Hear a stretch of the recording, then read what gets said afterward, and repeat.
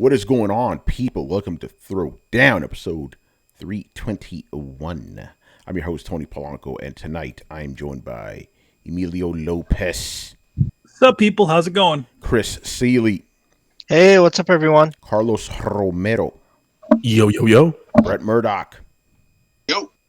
And Brian Majoma. What up, what up, what up? All right, no Adam action. He is undertaking the Odin sleep. He is very tired. He's been playing too much Division. You know, me and Chris and I, we've been playing Division 2 and we ain't tired. We good. We fresh, man. We kick some ass, take some names like Reggie Fils-Aimé, So I don't really have anything to say, to be honest. We could just jump right into this shit, By the way, Brett's looking lovely over there. It's always good to have you on camera, sir. Always nice to be here. You already know, man. You already know. All right, how's everybody in the chat room doing? We already got 5 heads in there. What's going on, man? We got Logic Wins. We got 00 Magnum. We got Blitz. What's going on, man? And we got Paiku Han. Or PyCon, but we don't call you that around here, man. Yeah, you in that fake ass Japanese that they did on the Dragon Ball Z. Who's your best friend? Hercule. We don't talk about Hercule around here either, man. That's Mr. Satan. I mean, they could have just called him Mr. Satin. Yeah, they could have Satin. They could have called him Satin. If they felt, obviously, it's America. We feel bad. We feel weird about calling character Satan. Get it? I get that. But you could have just called him Mr. Satin. Yeah, I think they eventually called him Mr. Satan in the Funimation dub. But yeah, I don't know. Kind of weird. Kind of weird. What about Milk? Milk? Why do they name her Milk? I mean, Gohan is rice, they got a. Why are we talking about rice? It's anime, Carlos. Oh, it's anime. That's crazy. All right, man. I don't want to waste things. I'll just get into it, man. First story of the night. Now, we don't usually do these, but we're gonna do a little bit of twist. We're gonna talk to you about a release date. So, Ratchet Clank, one of the few PlayStation 5 exclusives, and it actually is a PlayStation 5 exclusive, coming out on June 11th. It's kind of funny because Sony said, "Yeah, we're gonna bring this game out by spring." June 11th is technically spring, but like literally 9 days after that, it's like fucking summer, So pretty cool. But they didn't really show any new footage. They just showed the same old footage from before in a shorter trailer, But the reason I want to talk about this is actually inspired. I talked about this on the latest Tony's Take, but I want to get you guys' take. I was talking to Paris and Danny from Gamertag Radio, and we were just talking about like, yo, if Sony holds true to their word on release dates, they're going to have a bomb year. Check this out. So March, we're going to have Returnal, right? Then we're going to have Ratchet & Clank in June. And here's where, and they claim, but, we don't have release dates for these yet. Gran Turismo is still slated for this year. Horizon Forbidden West is still slated for this year. And despite Sony's kind of quietness, God of War still says 2021. So if these come out, it'll be a big year, So what do you guys think about that? And which games do you think will be delayed? Because 1 or 2 of these are getting delayed for sure, And I'm looking at you, God of War. So what do you guys think about that? Like if Sony actually releases this many games, like would it actually redeem this fucking dry spell that we're in right now? I think it would be. Well, I think it would be kind of. I don't want to say unprecedented, but it'd be unusual to have that many, high quality games come out this early in the generation. So, I'd be slightly impressed. Yeah, you're right, because you usually get this many quality games at the end of a generation. Yeah, like 2-3 years in. Oh, there's that first golden wave of fully developed games that hits.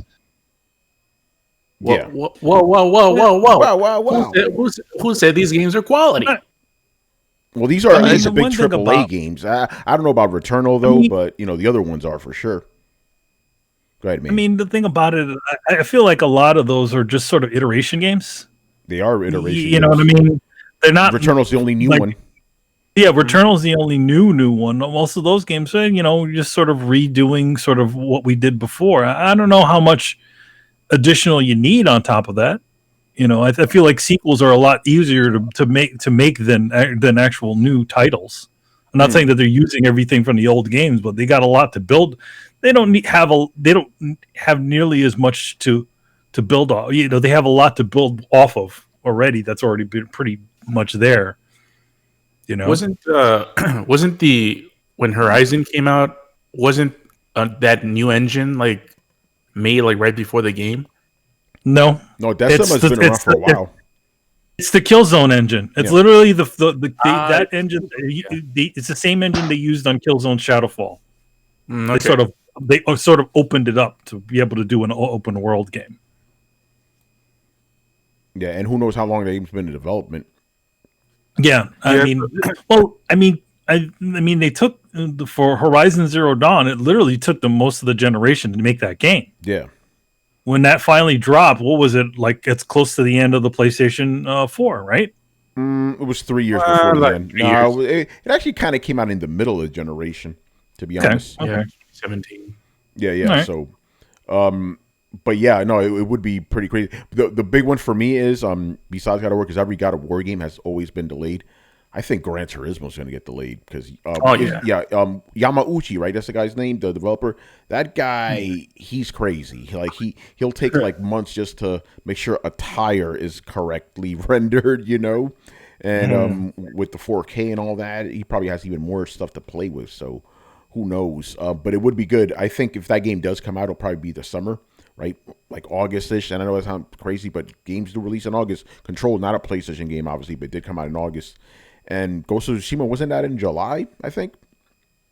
It was July, yeah. July. So, it could happen. So that's what I think would happen. If these games come out, I think it'll be like Gran Turismo, August-ish, Horizon probably September-ish, and God of War, that's November. You already know.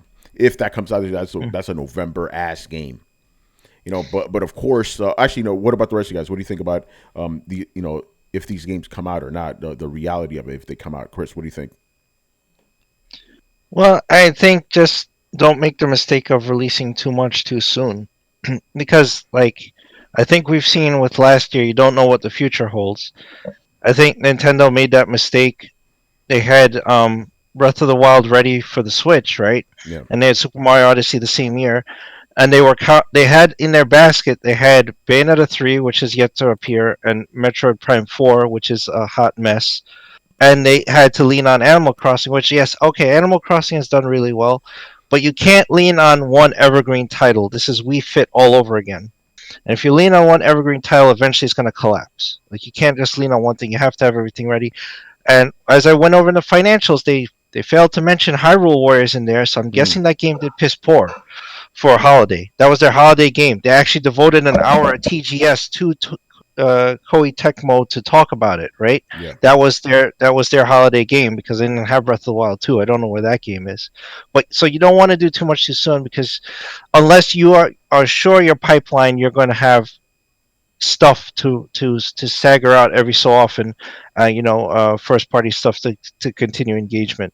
So it's not too much too soon. And also you don't want to lean on one thing, as we've seen. Look at Halo Infinite, right? We saw Craig, and now that game is delayed a year.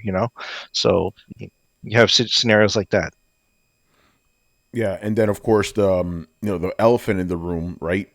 Consoles. It's like, I know PlayStation 5 has sold whatever 4.5 million, but and didn't they project they wanted to sell 18 million this year altogether, Chris? I believe it was. Yeah, I think it was that. Yeah. Do you think that's possible, man? Because shortages is crazy right now. Yeah, and here's the thing. I don't know how you count that with the situation with the scalpers, right? Yeah. So you sold an X amount of units, right? But you're losing money. And they said it themselves in the financial statement. They're losing money on each unit. They're losing money on the console sales, right? Yep. So they're counting on PSN subscriptions, software sales per unit, which they're not getting. Scalpers sitting on 3,000, 5,000 systems doesn't help them. So that changes the financial scheme for them altogether. So even if they hit 18 million sales, and let's say a percentage of that, let's say you had 10-15% of that is people squatting on systems hoping people will buy it at exorbitant prices, and they don't, well, that's a loss of residual income. You're not getting that money. Yeah, that's right. And that's I think. Yeah, go ahead, Carlos. Go ahead. I think it's going to do 18 million pretty easy. by the end of the year because it sold 4.5 in what, less than 2 months. Yeah, but a lot of, like I said, a lot of those sales aren't legit sales. That's but their sales, but their sales, regardless, it doesn't matter who owns it. It's a purchase. But it's a loss. They're losing money on each system. You sell 4.5 million units, and you're losing what, $30-$40 on the hardware each system. That's not a net gain. That's a net loss. But what does that matter about selling 18 million? Because it matters in the long run. You need continued engagement. You need software sales and subscriptions to justify the cost that you're incurring by selling the system at a loss. Wait, are we talking about two different things here? Because I'm just saying that it's going to sell the console. Yes, I understand what you're saying. Yes, you're saying the consoles will sell 18 million. I agree with you, but if as I said, if a percentage of those, if a significant percentage of those are not legitimate, they're scalpers, right? Mm-hmm. Then they are losing money on those systems. So really you have maybe 15, 16 million legit people who are now engaged in PSN, now buying games, right? So then you recoup the loss, and then the other 2 million is a waste. That's a wash. You took a loss.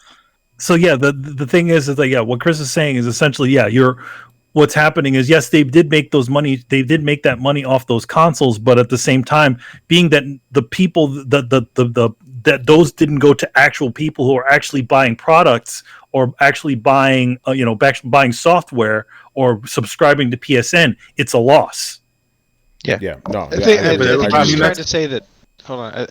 Go ahead, Brett. I think you're just trying to say that they don't make money on the hardware; they make money on the service, and with all of this hardware tied up with no service attached to it, they're incurring a net loss because they're assuming that when you get it, because we don't know how much of a loss they're actually selling at. Like, it could be 52 cents.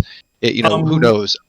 I forgot what I think Chris did say what it was. Wasn't it like $35? You said, Chris? I said 34. It could be more than that. I'm not sure what the net loss is per unit. I can look it up. I'll look it up for sure. But the point is, like, you're incurring a loss on the sales. You have to recoup that with the service. Like, you have to get people on PSN. You have to get people buying software, especially your software, right? So that they keep engagement.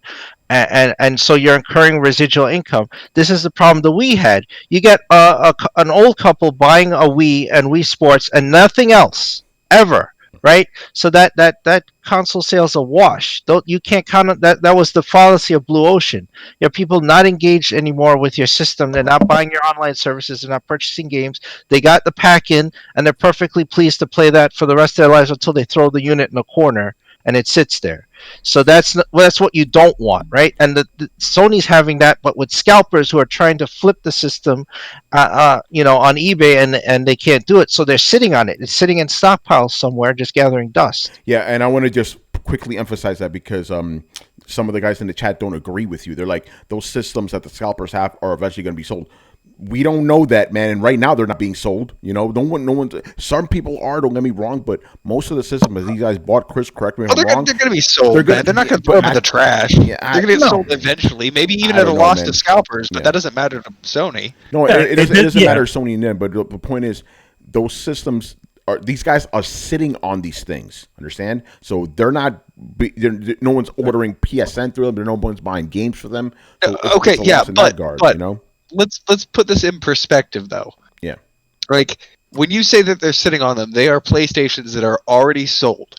They're going to eventually make their way into the ecosystem. They're not currently giving you value, but they will in the long term. It's kind of like putting money in the stock market. Like, these PlayStations will flood the market, and all the people that want to get them will get them. It's just their payment is delayed until it gets into the hands of a consumer. But through no effort on their part, it's going to make its way into the hands of the consumer. All they have to do is wait. So it is kind of losing money, but it's also like saying, I put this money into a stock, and it's now in a stock, so I don't have it in my money, so I don't have that money. Well, but you have this thing, it costs you money, but later it's going to give you more money. So have you really lost it? But you can't quantify that. Like, Sony cannot go to investor relations and say, hey, in our comprehensive income report, we've determined that like 550,000 units are sitting at a UK scalper, and eventually at some point we'll get that money. Yeah, Investors are not going to hear that. Yeah. And you can't say that. I can actually hear them saying that to investors. They just say that system sales are very high, but you'll notice engagement is very low. This is due to the massive amount of systems still in circulation from scalpers and bots. And then you just kind of move on. Like I've heard it's not a great thing to say, but it's a thing that you can say. Well, you can say it, but you can't quantify it to people. And the important thing in those investor relations is that what have you done for me now, right? A comprehensive income and projections, that's all just to keep people happy, but you don't know. Like people project the moon and then they always cut back. Oh, no, I know. But like that's kind of thing like I've been learning more about the stock market. You just do a little dance for the investors, and half of them are satisfied. So, I don't know that they can't just flash a graph and say like we expect system engagement to be up this much when we're able to actually saturate the market by working around pandemic shipping issues or manufacturing issues or something like that. So, you just say that. Most people are like, oh, okay, yeah, all right, seems to make sense. Well, like I said. The thing that I guess set this off is like, yeah, they'll sell 18 million by the end of the year. Okay, no, I was agreeing with you. Yeah. But Chris is trying to bring the larger thing, which a lot of people are talking about. Yeah, they will sell 18 million, but like 16 million are going to be in the actual hands of gamers. Yeah, but the other 2 million are going to be sitting in fucking warehouses somewhere. Well, yeah, I mean, it's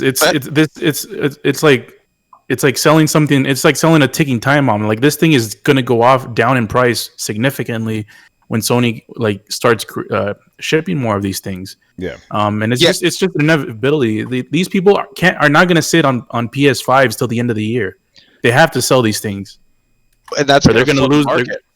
Or they're not going to make that much money. Well, that's going to be an interesting thing. I want to see how that affects PlayStation, because you got to think if there's that many out there, you almost want to think of them as competitors to Sony. So they may have had great sales when it launched, but those might have actually been kind of phantom sales. Am I making any sense here? No, you are. But just so you know, a report estimated that about 150,000 systems sold in America were bought by scalpers. So okay, but that's what I'm saying. Yeah. So now if I want a PlayStation 5, I don't have to go directly to Sony, especially if scalpers are throwing them out at a discount or making them easy to access at the same price. So they're just like, fuck it, I'm going to cut even. So if the market does saturate, I wonder how, because Sony's sales will Sony drop. already sold those systems, though. That's what I'm saying. They've already been sold, but they're still technically in the market, which means Sony has to almost compete with all the scalpers to sell their own product in order to make I see what you're saying. They don't have to compete. The way that they kill the scalpers is just by producing more products, because they're always going to sell either at the same price or less than the scalpers are. Right. The scalpers they're fighting time. Because most people have retail trust, right? You don't know this guy on eBay that says, "Hey, I got a discounted PS5 for sale." Are you going to trust that guy? Or if Best Buy now has stock, are you going to go to Best Buy? Most likely you're going to go to Best Buy. You're going to go to Amazon. You're not going to deal with this rando, right? That's where they're going to have the problem. Yeah, I was talking to the voice of God, and there was some guy on PlayStation, and he's a verified guy too, and he says that he works for Sony shipping. It's like, hey, I'm giving up a place. I'm like, stay the fuck away from that shit. I'm like, don't buy systems from any of these people. Buy them from an actual store. Stay away from those guys, man. Man, shout out to Fergus Mills, man. Fergus Mills, unless you know the person yourself, don't fucking buy any system from anybody, man. I'm just to be safe, because motherfuckers have been ripped off before, Just another quick thing. Yeah. I think a lot of this, whether these games are going to be sold, like if their sales are going to be significant or not, or they're going to help Sony or not, I think a lot of them is kind of irrelevant, because a lot of these games, and we already know that Horizon is going to be a multi-generational game. It's going to be a PS4 game as well. Multi-generational on PS3 too, man. Yo, man, you never know, man. You never know with Sony. Well, like GTA 5. Yeah, that's why Manny's powering up his Vita is going to be on that shit too. Be on Vita? Go ahead. Yeah, no, it's going to be on both platforms. Yeah. So whether the market for the market is not as exceptional on the PS5 side because of the scalpers, it's still going to be available on the PS4. So yeah, I think that's why I'm God of War, Horizon. I think Ratchet and Clank might be the only PS5 game, like true PS5 game. They didn't say PS4, so and I don't think they're going to change their mind suddenly. You know what I'm saying? So yeah, I think that's going to be like one of the few ones. God of War still up in the air, They have busted out the okie doke before, with Miles Morales. They didn't really say it was a PS4 game, but they didn't really say it was a PS5 game only. So it's like. But here's the thing: you could pre-order. You could pre-order Ratchet and Clank right now. Can you pre-order on PS4? Oh, that's a good question. I can check right now. Yeah. I don't think you can. But imagine that we're going to be doing exclusive right now, man. Breaking news: Ratchet and Clank coming to PS4. Throwdown, man. Shit. You heard it here first. What is it? Ratchet and Clank? What? Rift Apart. Rift Apart. Yeah. He get it right. Yeah. The Blitz. Thank you. Blitz said that Insomniac confirmed yet again that the game will indeed be a PS5 exclusive, and that point makes me happy because I've been complaining about that forever. I'm like, yo, if you have a next gen system, there should be next gen games on it, bro. So that's good. Yeah. Yep. There's no PS4 version on Amazon. Hey, there you go. Let's go. All right. Anything else you guys want to say about this? It's really more about just PlayStation's plans than anything. Ratchet and Clank is good though, man. June 11th. It's just like, damn, we got to wait a long time for a fucking game, Or we got Returnal. We'll see about that. I still don't think that game should be $70, man. Someone mentioned in the chat, and I forgot about this game, and I'm already forgetting. Kenna, remember Kenna? Who Blitz mentioned in the chat. It was like that, animation style game thing with a stick. The girl with a stick. I forgot what the hell the thing. That's also coming on PS4 as well. Okay. Oh, God damn it! Why am I thinking about they're just Noah trying to be sly about it? Yeah, being very sly about it. They just put out a trailer and then just say nothing, and then suddenly, oh yeah, PS4 game, yeah. But buy on PS5, also on PS4. It's $70 on PS5. But the okey doke, man. The Sony doke. The Sony doke. That's what we call. That's what you call. It ain't no okey doke. It's the rope dope. That's what we call it on Throwdown, man. Hey, Brian, what are your thoughts on this, man? Everything we just discussed. What are your thoughts? Anything to add in? I seen the Tony's take, and my first thought was, I pretty much know what Tony's going to say, and my answer is going to be, it's a mighty big if, because I'm certain that Horizon 2, Dead of War, and Gran Turismo are not coming out this year. I mean, we've seen nothing from them. Damn, Brian said none of them. I think at least one of them's coming out. How many times have Sony done a stealth release of a game with no gameplay in the same year? Ooh. Yeah. That's a good point. That's a good point. I didn't think about that. There's no Miles Morales gameplay. There's no Horizon 2 gameplay. Yeah, yes, there was Gran Turismo gameplay, but that game takes 10 years to make, so it won't be out until 2025. So you haven't even gotten the prologue yet. I just don't believe that they'll come out this year. Dang. Especially since with Dead of War, they've just not said a date. They showed a logo, not said man. anything. Just said a logo, and that's it. And it's not even like a box art. It's just Dead of War 2. It's like, okay, nothing else. No CGI thing before or something. No, nothing. So I'm highly doubtful. When they show as much on God of War as it did for The Agent, that's a dead giveaway. Oh shit! Shit! I will say. Yeah. Go ahead. I will say this: I do agree with Brian for the most part, but I think, all right, I'm gonna just because he's not here, they gotta have some. One game. They gotta have one game for November. I think that game's it's Returnal. Don't you know? This is what I think. I'm gonna rank them right now, son. So I think the one that's the highest chance of coming out is Horizon. Now it gets tricky because I'm like, what goes next? Because I'm like, God of War. It's gotta be God of War. Okay, you know what? No. Okay, so chance of coming out in 2021. I think Horizon's gonna be first. God of War. I still honestly believe that's going to come out in February next year. And Gran Turismo, that's going to come out in like 2023, man. Yeah. I can say that I hate that we have to do this. Yeah, you can say it. Speculate. Yeah, well, yeah, we have to speculate when the actual release dates are because everything's become so obfuscated that the waters have been muddy, and we're used to people just lying to us. That at this point we're like, I don't know. They said it's coming out here, but when is it really coming out? Like we all know that that's probably not the case, and it's just kind of bullshit that we can't just know when the fucking game is coming out because they tell us and they stick to it. Don't get me wrong. I understand delays, and I'm kind of with Brian on this one. They've got the perfect scapegoat. They can high road everybody and say for the safety of our company, people of our company who we love so very much, we've observed pandemic protocols and that has slowed down the development of the game. You'll have to forgive us. We did it out of concern for our employees and the quality of the game that we release to the customer. I mean, it's a very clean high road. It's too easy a pass. So yeah, they'll push back everything. I have a question about that. Yeah, sorry, Chris, just real quick. Hey, Brett, can they really get away with that? Because like they have the vaccine now. Can they really use that as a bullshit excuse? Yeah. In retrospect, you could say like, oh, it interrupted our development and put us back by 6 months. Okay, gotcha. You just say backwards like, oh yeah, no, it's totally the pandemic.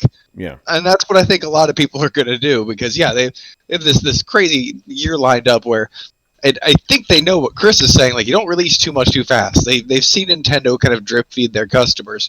They're just going to do it by delaying things. I think. I mean, that's a really cynical viewpoint. But, dude, like normally, if you delay a game, something's wrong. People are concerned. It makes the customers concerned. It makes investors concerned. When you say something like this, it kind of flies under the radar. Most people are going to be like, oh, okay, well, yeah, I understand that.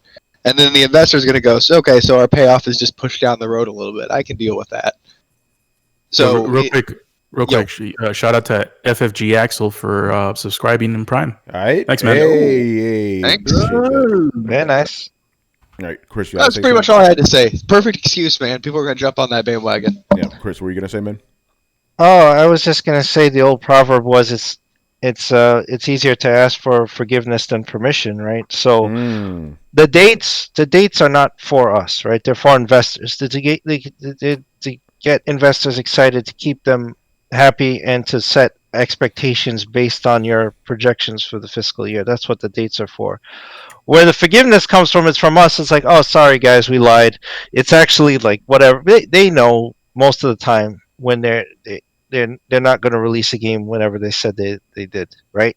And then the apologies all around, sorry, blah blah blah, and then like Brett said, they'll blame Rona, they'll kick the can down the road, and we just have to take it. So yeah, so that's why you have us to sit here and go, well, what's a real date? Yeah, what is this? Speculate on this. By the way, real quick, I want to read this statement from Piggy Dan. This is not too on topic, but he's saying something about Nintendo. I can't control myself. I have to do this, man.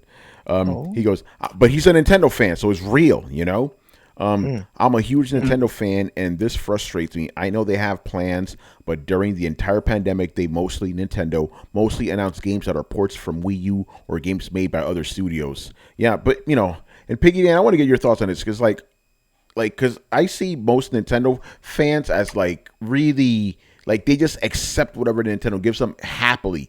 You don't. You're like, yo, what's up with my games, man? I don't play my fucking games, So, what's your take on, the your fellow Nintendo fans? Their willingness to just accept whatever Nintendo throws at them. You can answer whenever. Anyway, anything else you guys want to throw on this Ratchet thing before we move on? Meh. All right, all right. Let's move on then. Do some games, goddammit! Stop playing these games. Yeah. Stop playing games. Do some games. I don't know. Yeah, right. All right, here we go. Next story of the night, because we can't stop talking about this fucking game. Gotta talk about Cyberpunk, man. So, CD Projekt Red has to have the worst luck of all time. I think this happened on Monday, and I had to read the headline a couple of times. Am I reading this correctly? So, CD Projekt Red was hacked. Their source code was stolen, the Red engine stolen, and then auctioned off and sold for $7 million. This is fucking insane, And Chris, I'm going to throw it over to you because you came up with a very interesting theory. Remember, people, and this is just Chris's theory right now. We're not saying this is what happened. This is a theory. But when I heard this shit, I was like, explosion. I'm like, holy shit, this makes so much sense. Because my thing was, okay, it was sold. The source code was sold for $7 million. Do you have $7 million lying around? Because I fucking don't. You know, I'm like, who has that kind of money? So, Chris, take it away, man. What do you think actually happened here? You know? Yes. So when I read this, and Tony sent this out earlier, I was very curious because so the response initially from CD Projekt Red was like, you know, we're not gonna deal with ransom threats, and we're not gonna, you know, pay these guys and whatever. Okay, they basically shrugged it off. They handed it over to the Poland authorities and got investigators involved. They have their own kind of like kind of FBI thing for cybercrime and whatnot. I forgot, it's like KELA, whatever organization it is.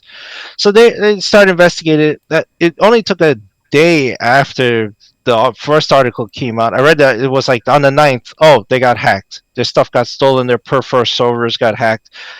And by the 10th, IGN reports, oh yeah, that shit got sold. $7 million. I'm like, holy shit, these guys move fast. So, and then I started reading. I'm thinking about it. I'm like, so what if CD Projekt Red, you know, because it wasn't just the Red engine, right? It wasn't just engine. It wasn't just game assets, whatever. The hackers claimed that they had all sorts of administrative documentation, including salaries and securities, all sorts of deep financial information that's, you know, supposed to be secure to the company, that they would just release with everything else. They threatened if they didn't get money, they didn't get paid, they would eventually release all of it. So that would have blown up the spot of tons of people. You know, your identity is out there because, of course, when you work for a company, you fill out all sorts of stuff. Your social security, all that stuff is in there. I'm sure Poland has a similar thing. So all your shit, it would be out there, along with the source code and the game assets and everything else. And they said they had an unreleased version of Witcher 3 that would also get out. So I was thinking, like, okay, Project Red is not stupid, and these guys, they know that this seemed legit. Like, when I was reading, I was like, okay, this probably happened. They made a statement. They contacted the authorities, so this happened, right? But you can't just go, hey, we're not going to pay this money. You know that your employees' stuff is on the line. You have financial stuff on the line, and all this stuff. So what do? Well, you could start calling in some favors, calling some of your investors. Maybe you have people with capital or hedge fund guys or some people, you know, and say, hey, you know, do us a solid, whatever. You got to get this stuff back and lock it down because we're sunk. People's lives are going to be ruined or whatever. And I think they got the capital together. They got one or more of their investors to go, okay, we understand this, Christ, we're going to help you out. And on the side, they dealt with these dudes and paid them the money, because if you read the article about the sale, the hacker said this sale is exclusive to whoever bought it, and we're not selling anything else. We're getting rid of the files. It's going to one person, like an art auction, right? There's only one. Like if you buy a painting, there's only one piece, and the person gets it. Now, if you were the hacker, right, you would sell to whoever. You're like, shit, I'm going to get paid. I'll sell to whoever wants it. I'll sell that engine like you want. Keep selling it. Yeah, you keep those files, you keep selling it. You cut it up into pieces. Who wants Gwent? Who wants Witcher 3? Who wants Cyberpunk? You keep selling it. No, they just packaged everything together and sold it to one person. So that tells me either, and if it was a sting, I would think that these guys would have gotten caught already after the sale. So it wasn't a sting. I think CD Projekt Red begged one or more of their investors to put up the capital to buy this shit back just to save face, because this would have been a catastrophe had that leaked. I'm talking about the deep information, not so much the Red engine, but the financial information and their employee information would have gotten out with it, right? See, that would have been a crisis. Yeah. I have a tinfoil hat theory. You know, I talk about investors and stocks and all that all the time. Like this whole GME thing that we didn't really talk about all that much has made me really look into it.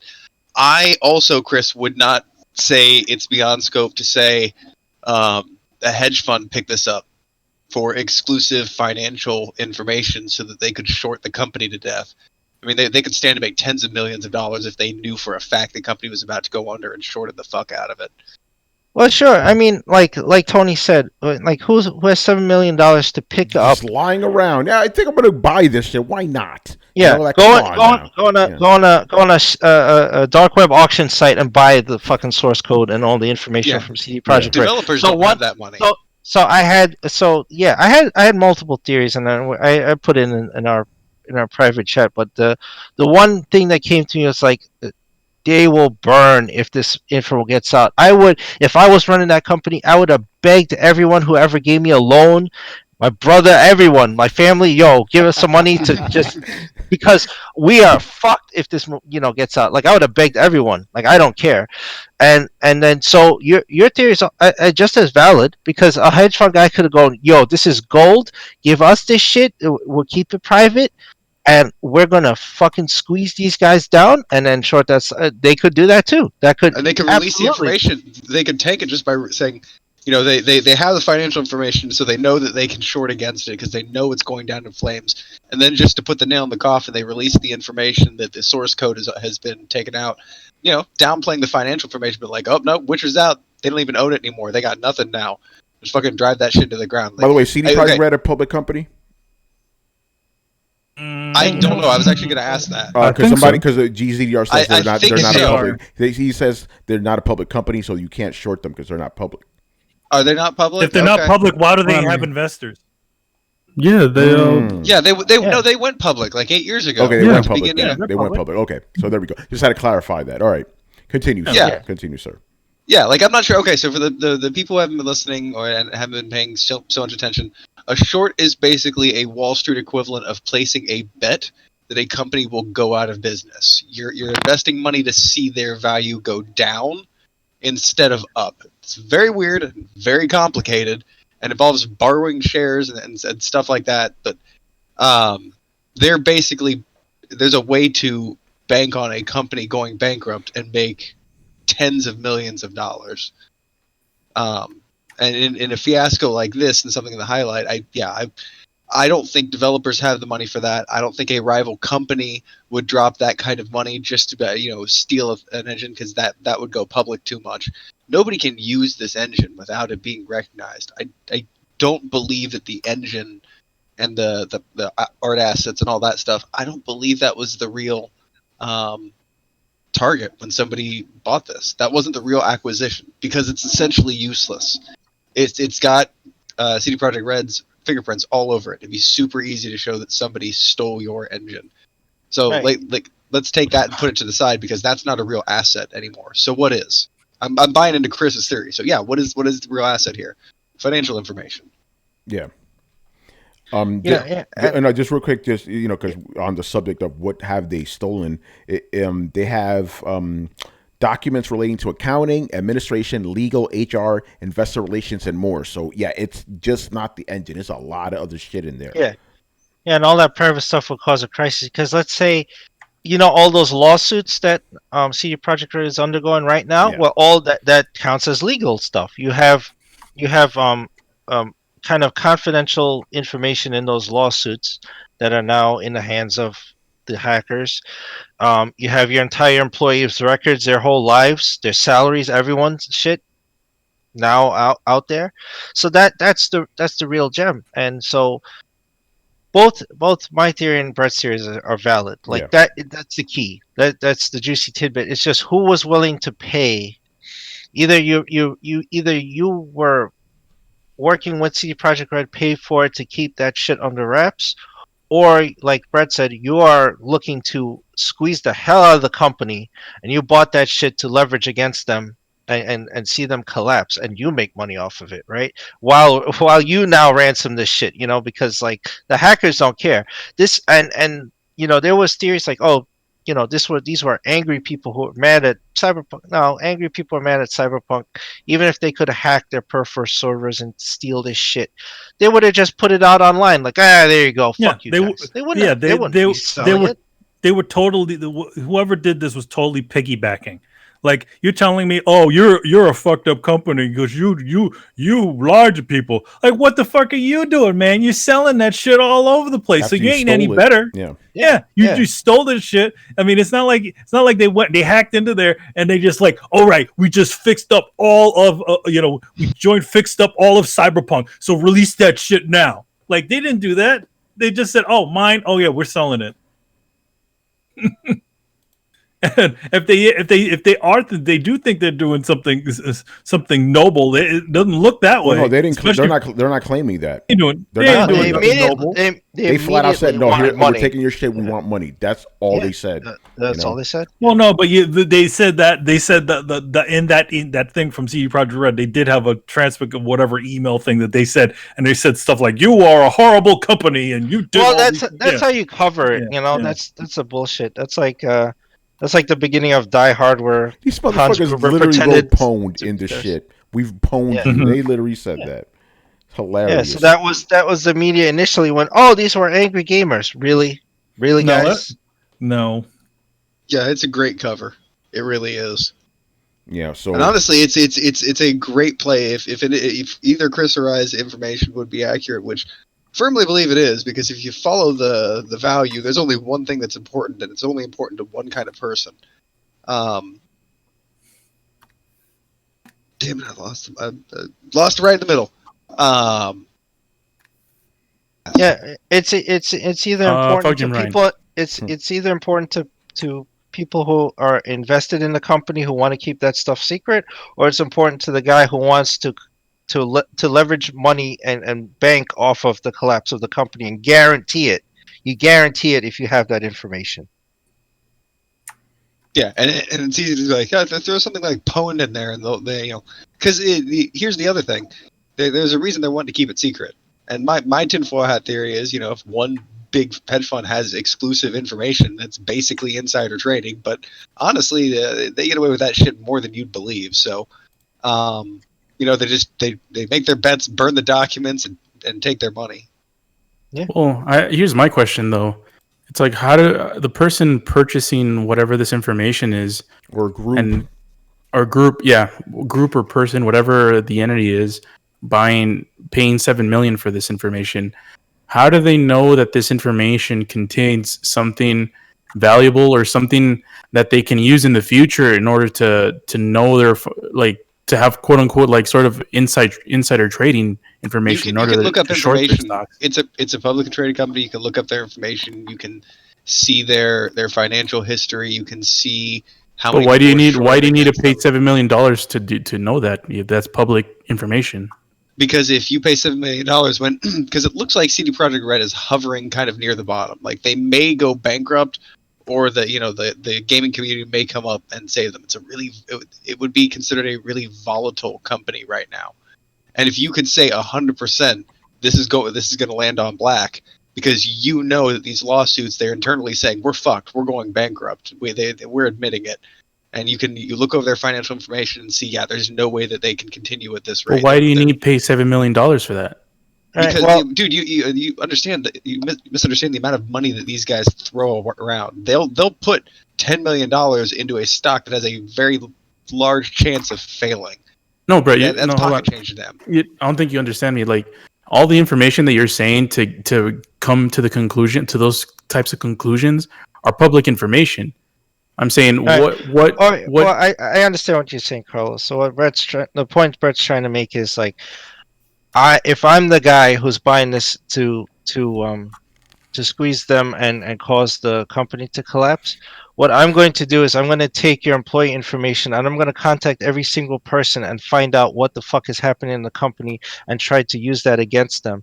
And then I'm going to take all your court documents and everything and try to contact people to manipulate the scenarios where you lose those cases, right? I don't care if I have to bribe a judge, a lawyer, who I have to get to, but I'm going to find out who's involved in it and see if I can squeeze them to cause you to lose those cases. And if you lose them and you lose that money, well, guess what? Your stock value falls and I win, right? So it's not about the public information. It's about what I can do with it to manipulate you to fail. Yeah, but how does a person paying that money know that? No, it's not knowing. It's doing. It's actions. It's not knowing. I don't know shit from that. I'm just banking on I can get things out of it, right? I can take actions, like I said, contacting people, bribing judges, lawyers, whatever I need to do to cause you to fail. I now have the keys to that I don't have from just public information. Well, you also have the keys of releasing the source code to publicly tarnish the reputation make people flee thinking that they don't have any actual financial assets anymore now that it's been released. That just having that code, having that information and having that code and being able to release the code, or make it public knowledge that the code has been sold and somebody's acquired it, that's the kind of thing that makes investors run. That's the kind of thing that affects the market because it's news on the company itself. So it's kind of a twofer. You can find out, yes, they are this close to financial ruin, and I can bump them over the edge with the engine that I also got from this whole thing. So, bing bang boom, I make a shitload of money. Bing bang boom. And see, the thing is, it's not unheard of for them to do this. Like, it sounds ridiculous and far fetched, but it's not. It really isn't. This kind of shit happens all the time. The idea here is to manipulate the perception of people through the media. You basically want to be the first person there, grab all the bags, and then make it hugely known. And then when everybody jumps on that same ship, you sneak out with a shitload of money. And you do this by like being, even a stock personality kind of thing. Like when they tell you to buy, it's because they've already bought. They want you to be the bag holders. That shit is devious. But yeah, so manipulating information is super valuable. Just even the knowledge that these things are out affects the landscape significantly. I mean, think about it this way. At this point, like if they had stolen the financials and everything like that, you'd be like, oh man, CD Projekt Red got hacked. But now that you hear that the engine's out there, would you invest in CD Projekt Red? Because I know a lot of people are like, fuck no. They ain't got anything anymore. Their biggest asset just got fucking released or stolen. And also, it's interesting that people can pick apart the source code to find flaws or exploits. So if they put out another game using that engine, even if they modify it, and you find holes in it, right, you can hack the game, right, later on. Not steal it. I mean, hack it, like break the game. Yeah. Whatever the future release. Well, weren't they having a malware problem before? Yes. They're having a lot of problems. Just a lot of No, they were. Yeah, it was like some sort of thing that was like about it that it could install some sort of fucked up malware. Oh yeah, I heard about that. That happened this week too, where some malware shit. I should have put that in the show notes, but yeah, apparently like EDC probably was like, hey guys, be careful. There's some malware if you install some mods or some shit like that. It's like, bro, it's like every week is something new with this game, Yeah. Looking crazy. By the way, Brett, fuck you, man. You got some in sync or you got one of those songs stuck in my head. Bye, bye, bye. Like, fuck, Brett. And I got this shit in my head right now. Baby, that's no lie, baby. Bye, bye, bye. It's like, fuck, man. I'm talking about the bald redhead that yells on TV a lot. Everyone knows it. Oh, Jesus Christ. Now the Backstreet Boys going to come out of hiding to fucking sing about stocks, Anyway. Yeah, did that Carlos, did that answer? I mean, No. I didn't really have a question. I was just trying to. Yeah. You were saying, what's the advantage? Like, why would someone pay that money? No, I'm saying like because when Brett was going over it, it sounded like a lot of the things he was mentioning was just public information. Like I didn't see an advantage to. Oh no! I mean, not no. The information they stole is definitely not public. When you have all your No, I'm saying with the things that Brett was talking about. Most of it. You can see. He's talking about financial assets. Okay. He was talking about the stock plummeting. He was talking about. Yeah. Okay. Look, hold on. I understood. I because you made like 1,000 points, and some of them like did answer the question. Okay, I'm sorry. That's so underhanded fucking compliment. Well, it's true, like because he made like several more points. I'm like, okay, that makes sense. Just the ones before that were like, oh, it's like. Well, they don't have to be separate. Like, here's the deal: if I'm trying to do due diligence on a company, the first thing I'm going to do is look at their stock ticker, look at their history, look at anything I know about the company to help me decide which way it's going to go. And then if that helps me, I have kind of a general direction. But then I get a file of all their financial and legal information. That's no longer a fucking hunch. That's an I know. And I can then use that information to flex and make sure that it happens. So like it's not that it's public knowledge. It's the public knowledge gets you halfway there. Like you and I can see, we can all tell that CD Projekt Red is struggling, and we can all tell that it's probably near the line, but none of us know. I mean, someone knows now. If I were to guess, the information that was obtained, while it probably would fuck up CD Projekt Red a lot, it's gonna fuck up their employees even more. Well, yeah, I mean that's the main point. That's what my theory was, that an investor, somebody allied with them, bought the information to keep it out of public hands. Where they'd be willing, like they'd be fucked if they did it. I mean, that's throwing $7 million at a dying company. Well, no, it's really to protect the employees, because they would. Can you imagine, Brett, the years and years of lawsuits after the company goes bankrupt they'll have from employees, private information getting out there, the amount of lives the identity theft and all that shit that would happen, like the amount of liability they would have after that would be staggering. I mean, they would sue Perforce would sue them. It would just be insane. Yeah, no, that's why I think it's all very interesting. And to me, the one thing that seems weird is that all the information is, their source code was stolen, their source code was stolen, their source code was stolen. That's the least important bit of information in this, but it affects the perception of the company the most. Go ahead. I also want to state this before, because we've been talking a lot, and I think it's important to just say that this is fucked up. Like, this whole situation, even though the CD Projekt Red has, been like in the shit show the past couple of months, and the butt of all jokes, and they really misled all of their customers.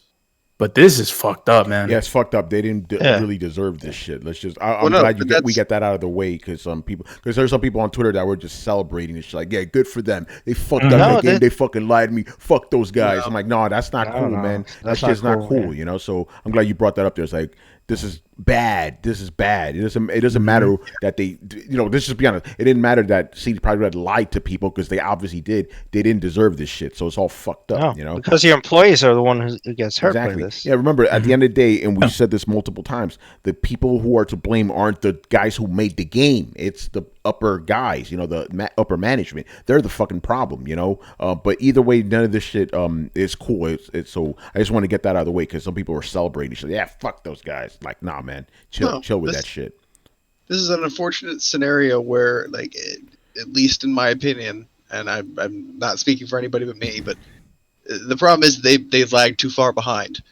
Then the vultures saw, and they, that's one of those, they went to an entirely different league when they dropped down in the public eye that much, when their stock started dropping, when their value started dropping, when they, information about these expensive legal battles coming up, they then began to look like an easy target. Yeah, and I'm sorry, but I need to just jump on it, because I'm so glad you brought. That's the point I wanted to make. I just didn't know when to jump in there.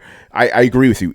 Had the game come out as intended and the company was doing great as intended, I don't think this would have happened. I think you're right, because people saw how weak they were. They sensed blood in the water. They went after them. So had the game actually released as intended, I don't think this would have happened at all. Because think about it, and we talked about this on one of the streams the other day. It's like, no one's hacking EA. They've done way worse shit than this, But, EA doesn't lie to you. They tell you straight up, we're fucking you in the ass. They're very upfront about it, But so I agree with you that, these guys saw like they were weak and shit. Like, all right, let's dive in like vultures, 100% agree with you on that one. This angry gamer thing is their way to pass amongst the crowd. Like, trust me, nobody's paying $7 million because they're upset at a game. Even fucking like people with notch money wouldn't throw it around like that. This doesn't have anything to do with them being upset with the game. This has to do with more like Tony said, they smell blood in the water. That you pay $7 million to make more than $7 million. Mm-hmm. You don't pay $7 million for an emotional response. Yeah, exactly. All right, anything else for more? Great fucking topic, man. Actually, no, let's move on, because we still got more shit to cover. But we'll probably talk about CD Projekt Red some more next week, because it's always something, man, I swear. All right, on to other news. This was the first kind of biggish news of the week. So the ESA plans to hold an all-digital E3 this year, right? All digital, not going to be a live show, and they plan to have like a week beforehand where they're going to show some stuff, and then during the actual show, they're going to have a couple of 2-hour events, and kind of more interesting, they want it so whichever their partners are going to be, I'll get to that in a bit, that they'll be able to stream games to people to check out. Because obviously you don't want people downloading these games because they can hack them and shit. But streaming makes sense, and that's something I had to do last year when I did game demos. I just did it all streaming, so that sounds pretty cool. But I have to ask the obvious question. Okay, do we really need this? You know what I'm saying? Like the Summer Game Festival, Jeff Keighley saying that's still going to happen. And at least this report says from VGC, they're like, a lot of developers are going, nah, we're not going to join this E3 shit because they still need to pay 6 figures. No. That's almost what? Yeah, they still need to pay 6 figures to the ESA. Who the fuck is going to do that? So I'm going to do that shit. Insane. Come on, What, man. Just stream? yeah, What? to stream, so, developers, I don't think they're going to sign up for this shit. Like E3, the shit is done. Don't get me wrong. After that nonsense that we had to deal with last year, I would love it if we went back to the days where we had 1 week of concentrated gaming news. But unfortunately, I don't think we're going to go back to those days. I think developers are like, listen, we're just going to release info when we want. Fuck this shit. Especially with those prices, man. And again, Brett, I think I know where you're going to go with this.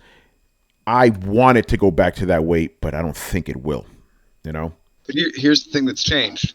The pandemic has hit. People miss gathering so fucking much. I think you might actually see resurgence of not this year. They already said it's all digital. No, not this year. Not this year, but like next year. Like 2 years going without cons, 2 years without going outside, 2 years without being around people. When it's finally fucking safe, people are going to go out in droves because they've all got cabin fever from being in for so fucking long. I agree with you, but what happens if they reopen up E3 and all the developers like, fuck that shit, we're not going? Because that's already. Here's the thing: E3 was already going away before the COVID shit. It was already being hollowed out. I don't think it'll be E3. I think it'll be something else.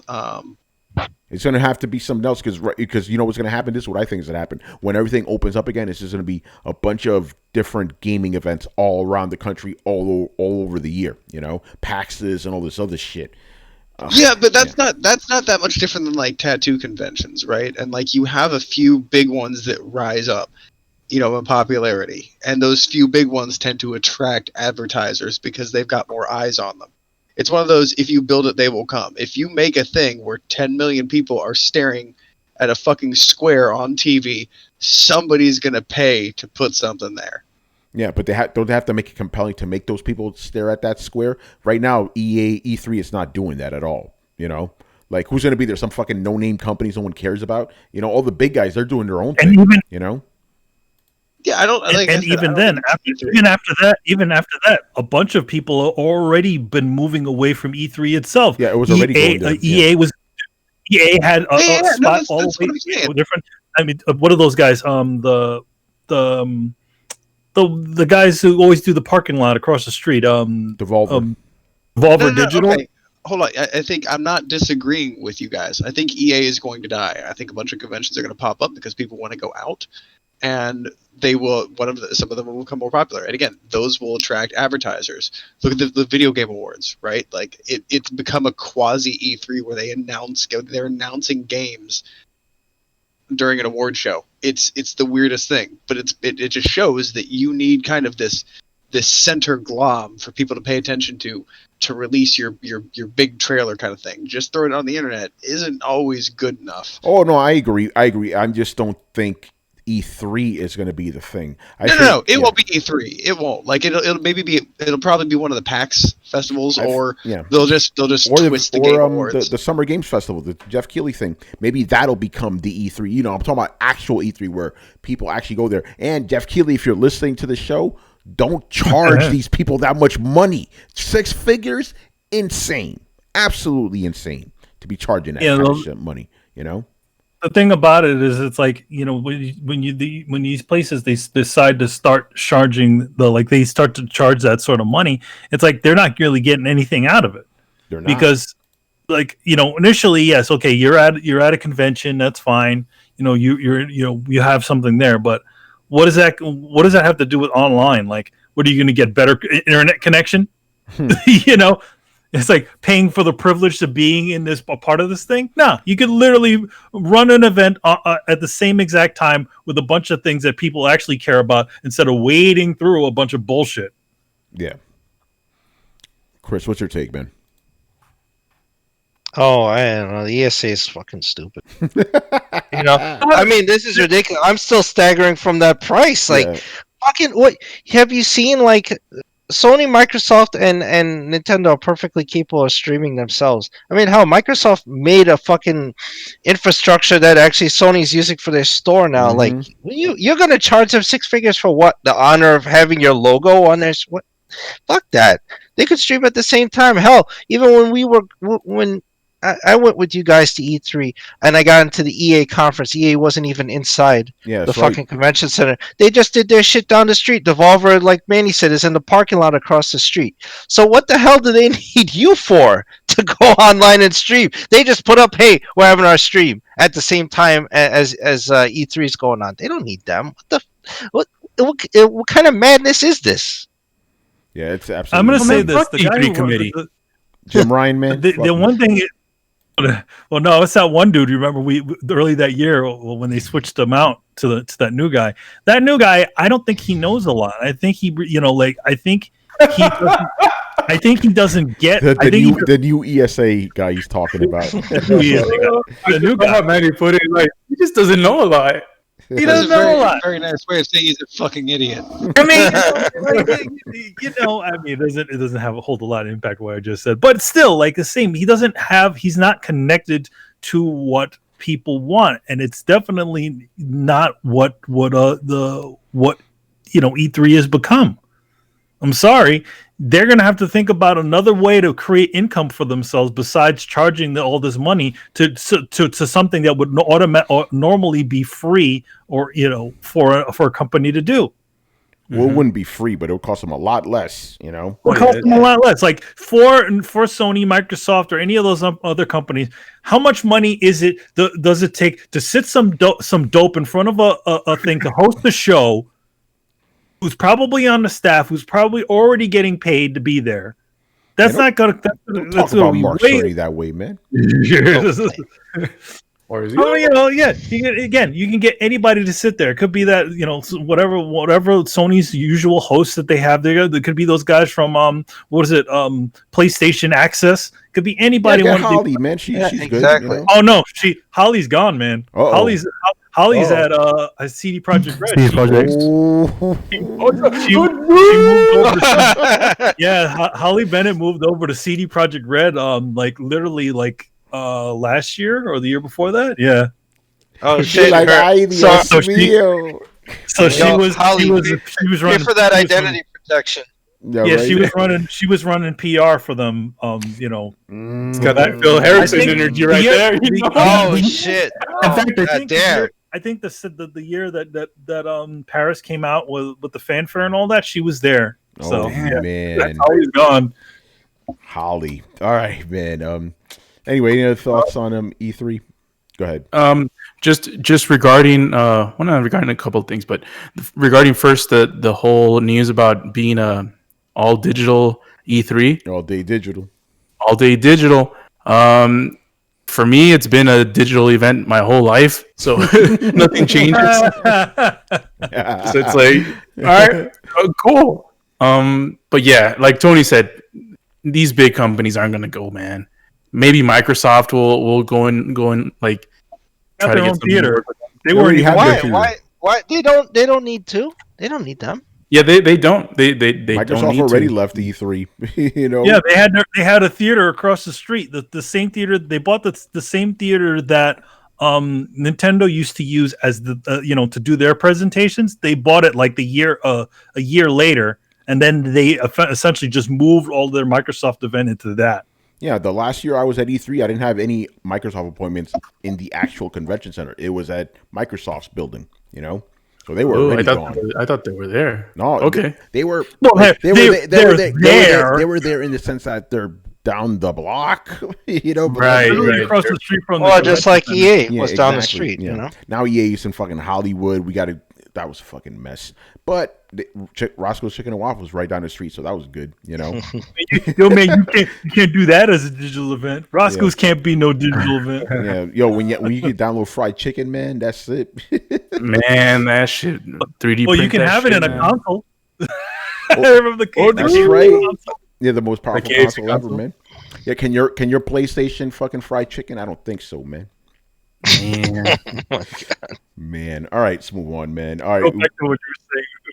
we were talking about We totally interrupted Carlos. Oh yeah, we He had a didn't. thought. He didn't have a thought, man. Oh, it wouldn't be the first time. Carlos, do you have anything to say, brother? I'm thinking of fucking Roscoe's right now. Yeah, I man. fucked it up. My bad. Sounds good right now, man. Two Roscoe's, man. I cheat though. I don't get the waffles. I don't like waffles. What the fuck's wrong with you, man? Yeah, I just get fries. I get fries, man. I mean, you an alien. I'm a basic bitch, you know.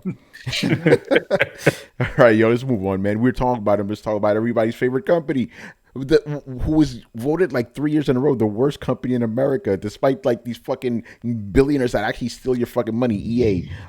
So EA, by the way, EA, I love you, but I'm mad at you right now, man, because you announced. You don't love those people. Hey, listen, I'm just speaking as a professional. They treat me very well when I go to their events. Oh, okay. Very, all right. I got nothing but love for EA, right? But I'm a little mad at them right now, right? Because they said that this week they were going to announce the fate of Anthem. It's Thursday night, no announcement. You guys should have done it today so we would have had something to talk about. Now we got to speculate about it. But anyway, let's get into it. So EA announced that this week they will announce the fate of Anthem, right? And that sent the spider sense going, bro. And just so you guys who don't know, Anthem came out like 2 years ago, fucking bombed. It was trying to write the coattails of Destiny, didn't do well. Flying mechanics were fantastic, but other than that, the game was just not good. And they said they were going to effectively redo the entire game, like Realm Reborn, Final Fantasy 14, right? Now this comes out, and the first thing I thought was like, that's it. Anthem's fucking dead. They're killing this shit, So, what do you guys think? I think this thing's done. I think they look at their investors and like the investors are like, yo, we're not making any money off the shit. I went on Twitch today just to see how many people were watching streams. I am not making this number up. 41 people. 41 people watching streams. God damn. Right? They have 300,000 followers. 41 people watching. So I think, and here's the thing, I'm not gonna say.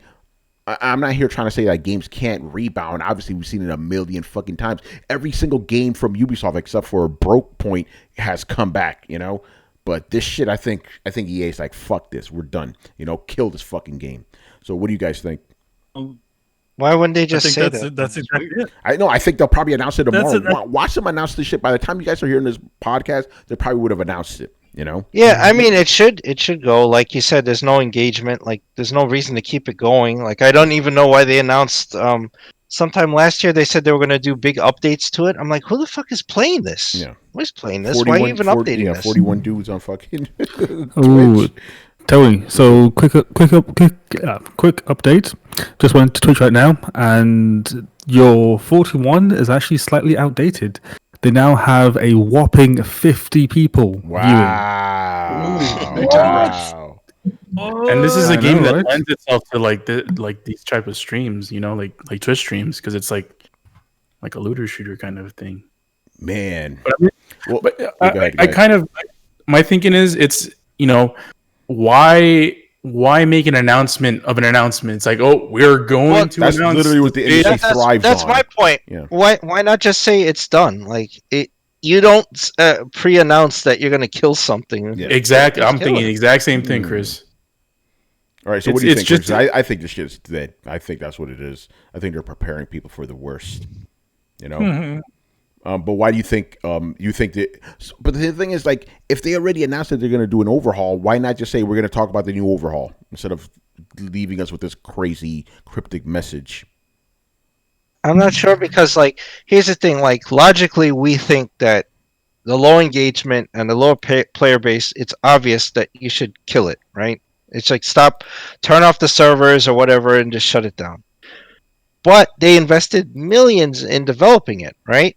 they converted one part of BioWare just to do this shit and killed another game. Like so, and they created a rift in the company just to finish this fucking game. It was a mess. So either they're thinking, hey, we have to recoup something from this. Let's do a big update. So I think that's my tinfoil hat is they have some big update for it. They're gonna try to squeeze one last ounce of fucking blood from this corpse. That's Anthem, or I don't know. The bonkers answer is like you pre-announce that you're killing the game, which is like stupid. Just fucking announce that you're killing the game. Yeah. I mean, if it's, I'm just mad they didn't announce it today. I wanted to talk about it, you know. Yeah. But you could ask a question about it. I'm throwing your questions. Anyway, go ahead, Carlos. Tony's take. Yeah, right. Go ahead. Like Chris mentioned, it's like if you're gonna kill it, might as well just kill it, man. Rip the Band-Aid. But you know, when you're like saying we're gonna announce the state of the game, it gives more anticipation and it gets people's attention. It's like, oh shit, we're listening. They could either announce something cool for the people who love this game, or we can announce something bad for the people who want this thing to die. So everyone got the attention. So it's like, okay, so while we have everyone here, let's sell whatever the hell we're gonna do to this game. Yo, like you know the what? Expansion. Yeah, Carlos, you got a good point because the word fate could be taken very different ways, right? Fate could be like, oh, fate is a good thing, or it could be a bad thing. I took it as a bad thing. Like, fuck, you know, my fate is sealed. Shit, you know. Turning Anthem into a single-player game and turning off the online mode. Oh shit! Manual getting interested. I'm just having way too much fun just looking at the number of viewers that different games have that's higher than Anthem. It's some of the funniest things ever. Monopoly Plus has almost twice the amount of people watching it. Monopoly Plus. Monopoly Plus. Other games include Third Strike. I never would have expected that. Tony's favorite, Resident Evil 6, has 93 viewers. Wow. Even Marvel's Avengers has 89 viewers. Wow, holy shit.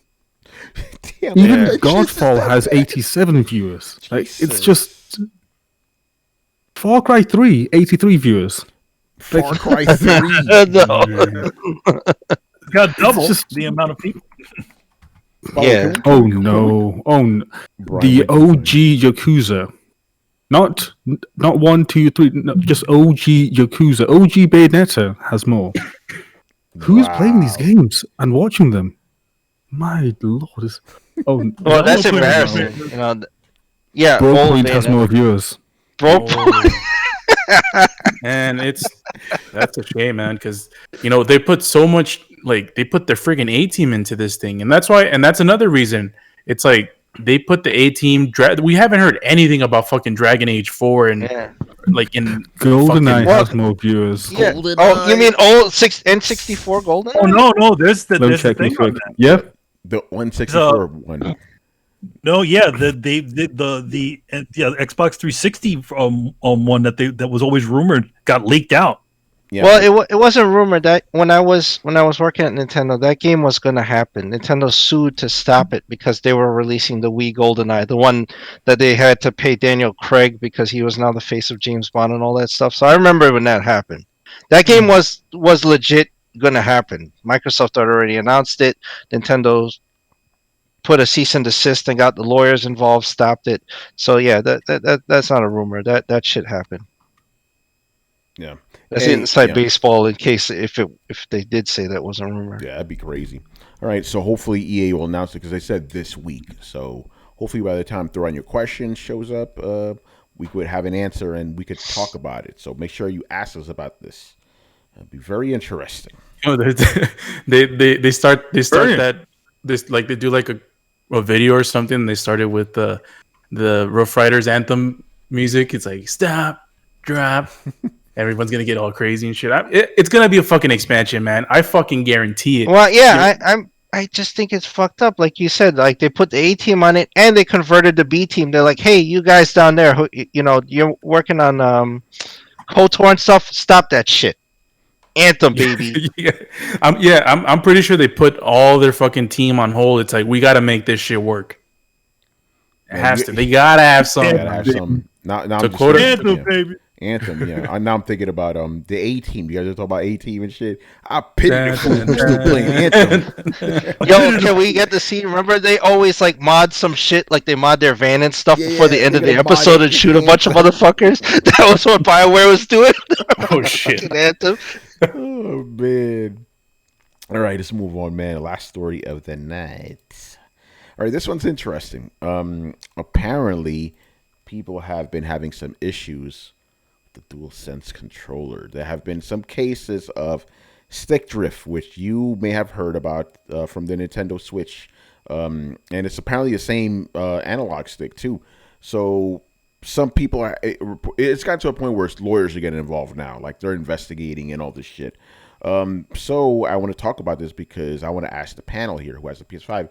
Have you experienced any stick drift on your DualSenses? Because I have 2 of them, and I have not. Everything's fine so far. What about you guys? Carlos, I see that place in there with the Bibaporu, you know? 1 second. That shit He's is getting visual aids. Hey, the visual aid god. Who it is the visual aid god. Looking at my, last week we went over our PlayStation 2020 stats. It's very apparent that if there's someone that would not get Joy-Con drift or whatever the drift is, it would probably be me, or probably Brian. I don't even know if he's opened the box yet. But yeah, I have not. Brian just stares at it. Brian. Brian just stares at it and asks himself why. That's all. So it's Brian than me. Nope, I have not had drift. I actually have 2 controllers because I have 2 PS5s. And yeah, no stick drift yet. But the people that should really be worried is probably Chris and Tony and Brett, because they play it a heck of a lot more than I do. So I'm curious to see what you guys are gonna say. It's funny. It's funny because Tony said Tony is probably the roughest person I know with any sort of controller. I mean, when we were kids, and I needed to break in a controller, I just need to give a controller to Tony for like 30 minutes, and then it's all worn in. It's like 2 years of wear that he's already gone into that one. So yeah, I know how to use my fingers, ladies. You know. Whoa, Gary! I like the distance you went to get Gary. Oh, this is interesting. Who said this in the chat? It was damn. I didn't read your name real quick. FFG Axel. Yeah, he says that that his square button started getting stuck. Interesting. Wait, is FFG Axel Wolf? Yes, it's Axel Wolf. Excuse me. You know, or is it someone else? Oh, but hey, see, to make a nose, man. Yo, if you have stick drift on your PlayStation DualSense, just put fucking vapor rub on it, man. It'll fix it right up. Oh, by the way, it is Axel Wolf. Yo. Oh shit, my man's back. Axel Wolf, been a fan of Throwdown forever, man, since day one. So welcome, sir. But I have heard some people having problems with some of their buttons sometimes, like the circle button may get fucked up or the square. But I haven't, and I play hard, but I haven't had those issues. But who knows? You know. But then again, I also have 2 controllers on rotations. I'm not always using the same one. You know. I know some people. Brett is like, yeah, what's up? Brett is like, why the fuck aren't they? Brett's like, why the fuck aren't they talking about coil wine? I want to sue for coil wine. God damn it! Well, maybe they should. You know. Brett, coil wine. Hey, Tony, you want to take a guess? Yes. What am I guessing? What am I guessing? By the way, whether or not I have stick drift. You have it. I do. If there's someone, I was about to say, if there's someone that does have it, it's fucking Brett. Yeah, Brett has all the symptoms, man. You know, it's only happened twice, and it's kind of fixed itself. So there's just been a couple of times I was like, "What the fuck is going on?" Okay, it's fine. So I hope it doesn't develop further problems. I wondered, like, was mine made in like a Russian gulag or something? What the fuck is going on? Yeah, you got it was made in China, so you know, fucking communists. That's made in their gulags. Yeah. You know, Yeah, don't be Russian. Don't be a Muslim in China, man. Just saying. Shit. But yeah, so Brett, by the way, and apparently there's like a fix for it, but it's weird. I'm like, why should you need a fix? But this is why apparently the lawyers are getting involved now. They're investigating and seeing if they're gonna sue Sony. Fucking lawyers, man, greedy, blood sucking bastards. They're just looking for shit. But yeah, Chris, did they ever sue Nintendo for their stick drift? Did that ever get resolved? There's 3 lawsuits. There's one in Texas. I don't know what the outcome was. There was one in California, and apparently there's an Italian group that was part of the EU that is suing them for Joy-Con drift. And there was a lawsuit in France also for Joy-Con. Like, Nintendo had multiple lawsuits in multiple countries for Joy-Con drift. It's that bad. Wow. Yo, by the way, Piggy Dan says that Sony activated the drift remotely. They're sick of Brett's criticism of Sony. But that doesn't help them. He's going to talk more shit. He's going to talk more shit. We're gonna attack that one guy. Yo, Brett, they're going in right now, son. They're going in right now. Brett, to make it says there is a competition between Brett and his PS5 to see who whines the most. Yo. Oh, goddamn shit! Unfortunately, I lost that one. Oh man, that was good. That was good. Too much, man. It's too meke, bro. And by the way, the answer is my PS5's fucking disk drive, man. Fuck that shit. Yeah. Hey, Temeke. All right. Yeah. By the way, Brett, he says he's kidding. You know. You want to swap PlayStations? Hey, actually, Brett. I mean, you know what? How about this? To make it, you guys are gonna swap pitches, but Brett gets to go down there. He lives in New Zealand, Brett, so you're gonna be chilling for a while. Fuck yeah! I'll bring it personally. Yo, by the way, to make want to go if we ever visit go to him, New man. Zealand, we gotta hang out. Yeah, man. I'm gonna go visit Hobbiton, man. You gotta teach him the haka. You gotta teach Carlos the haka. Teach me the haka. You gotta take me to Hobbiton. That's just See the sights. see the sights. Go where the fucking the Nazgul flies and shit. Oh shit! He says he got plenty of room. You know what we're gonna do to make it, man? We're gonna the whole Throwdown crew. We're gonna go down to your place. And we're gonna film live right there with you as a special guest, man. It'll be crazy. Watch some rugby. There you go. Adam will love that shit. They don't got COVID issues. We can. Yeah, they don't have COVID. The Rona. That shit. They're cleared over there. They clear that shit. Gandalf showed up. Big old. You shall not pass. Fucking Eomir shows up. Hit him. Motherfuckers. It's funny how it's funny how every time someone from New Zealand talks to someone else that's not from New Zealand, it's like Lord of the Rings references all the fucking time. Think about it. Nobody even heard of New Zealand until that movie. Oh shit! Damn, Cody. To be honest, like everybody, I'm sure anybody who came from New Zealand always had to deal with the fact that that people think that they're Australian, especially people from the United States. Oh, I'll be honest. I love calling Australians Kiwis. It gets them so riled up. Jeez. New Zealand. Who the fuck heard that country before Lord of the Rings? But love to the country regardless. Love to the country. Well, the good thing about it is we've heard a lot about it after, and they got their shit together, unlike a lot of other places. All I'm saying is, I see New Zealand. I'm like, yo, that place looks fucking nice, man. Hell yeah. That's all I'm saying. Yeah. So much love to New Zealand, man. Don't they got fucking you got the fucking haka and shit. That's man shit. Good stuff. Dude, I'll say it's like Australia, but better because everything's not trying to kill you. Yeah, that is true. That's hilarious. All right, I think we're done here, people. Wait, I didn't give my drift story. I don't have one. Yeah, I have two controllers. I don't have one. There you go. That's my drift story. Well, you know what? I have 2 Joy-Cons and they're both fucked up. So there you go. Oh yeah, Chris. Nintendo. Yeah, because we gotta throw Nintendo under the bus. So what's going on with so all your Joy-Cons are fucked up? They're all fucked. Like you start anything and shit starts scrolling. Menus start moving. The character's moving by itself. You put the shit down. And here's the crazy thing. So like Kristen will play it with handheld. I don't. I just play with the Pro Controller. So those shits aren't getting a lot of use. They still got drift. Damn, man. That's But crazy. you know how many hours I put in on this? I had 240 hours alone in Demon Souls already. 2 controllers. I have 0 issues. Yeah, no, So for real. So yeah, it. it's all that. By the way, fuck that. We're gonna keep the show going. Let's go with what we've been playing lately, man. Brett, I'm gonna go to you first because you were talking about some game I've never heard of from Valheim. Like, oh yeah, so there's a game that it released February 2nd, I believe, and just fucking launched to the top of the Steam charts. Brian probably knows what I'm talking about. It's called Valheim, and I think as of yesterday, it passed 2 million copies sold.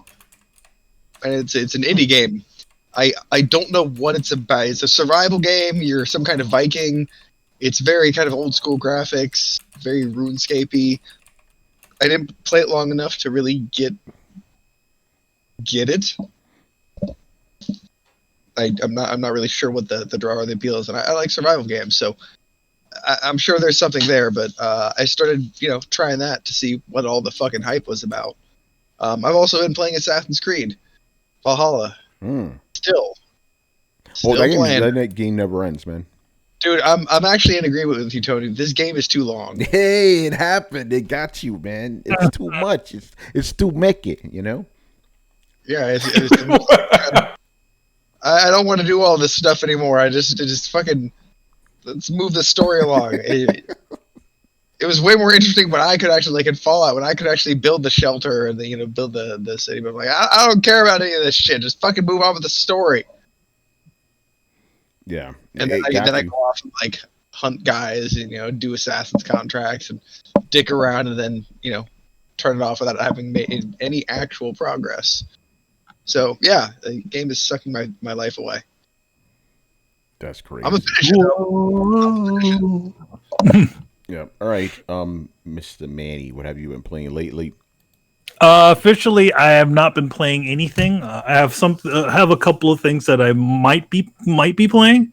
One of them might be Rhyme. The other might be finishing off Murder Sold Suspect. I'm not exactly sure as of yet. I'm kind of been in work mode since the last thing that I finished. So I'm in that phase where I'm like, okay, what am I going to play next? I know that Nier's coming out. Nier Replicant is coming out in a few months, so I'll get that. But yeah, I don't know what I'm going to be playing next. Any suggestions? I don't know. I don't suggest games to you. You have interesting tastes. I mean, yeah. I'm not going to play. I'm not going to play a game like Assassin's Creed Valhalla. Yeah. Ever since Assassin's Creed 3 sort of soured me on the franchise. Yeah, man, can't blame you. All right, Mr. Carlos. I've been playing Legend of Heroes: Trails in the Sky Part 2. What do you think of the first one? Because you finished that the other day. Yeah, it's pretty good. It's got a good story. The combat is it's kind of simple turn-based RPG. Yeah, it's a game from like 2002 and it's a low budget game, 2001, 2002 or something like that. And so it's kind of dated, but I think the best part of it is the story. And Riku has been trying to get everyone to play this game, and it's because he swears by this story. He keeps telling me, like, in our private chats, he's like, yo, this is like One Piece level storytelling, man, because it's like a lot of world building. There's a lot of different people. Everyone has stories fleshed out and stuff, and that's kind of stuff that I'm into. So I was like, I'll just give it a shot. So I beat the game. I beat the first game, and it was pretty good. I thoroughly enjoyed it. And I jumped back into the second game. The crazy thing though, it's the second game is, I don't know, more than 20 years old at this point, or around 20 years old. That shit's still $30 on Steam, man. Like, come on. Well, they just recently released it on Steam. I think that's why, or in recent years, yeah. I would say. Yeah, I think it got re-released, a couple of years ago. But come on, man, lower it down a little bit, if you want, because I'm planning on buying and I'm playing all the rest of the games. So yeah, pretty much what I've been playing, and it's been pretty good so far. Nice. All right, Brian, what you been playing? I've been playing a game called Vampire. This was one of the vampire games by Don't Nod, the Life is Strange guys. Yeah, it's a game, all right. The best way I can actually describe this is actually a lot better than I did in our chat, Tony. This isn't like someone played Bloodborne for an hour and made it from memory. This is the Dante's Inferno to Bloodborne. Oh, ooh, that sounds good. Like every single time I'm playing it, I'm just like, wow, just like Bloodborne. I was like, I actually want to play Bloodborne. So when playing your game makes people want to play a different game that you emulated, that's never a good sign. Again, not knocking their work, because I can tell that they put quite a lot of effort in there. Again, they have a nice storyline. Just that combat and the pacing just feels off. You know, it's going down the route of the Blood or the Soulsborne type games where you have like your stamina management and whatnot, but the pacing just feels off. Like sometimes you get boss battles way too fast.